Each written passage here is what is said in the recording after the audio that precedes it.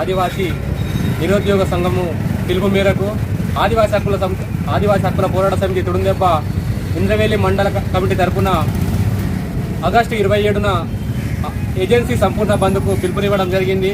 అయితే ఆ రోజు మరి ఆదివాసీ హక్కుల పోరాట సమితి తుడుందెబ్బ పిలుపునిస్తే దానికి ఇంద్రవేలి మండల వ్యాపారస్తులు, అలాగే విద్యా సంస్థలు, అలాగే చిరు వ్యాపారులందరూ కూడా ఈ బంద్కు మద్దతు తెలుపుతారని ఆశిస్తున్నాము.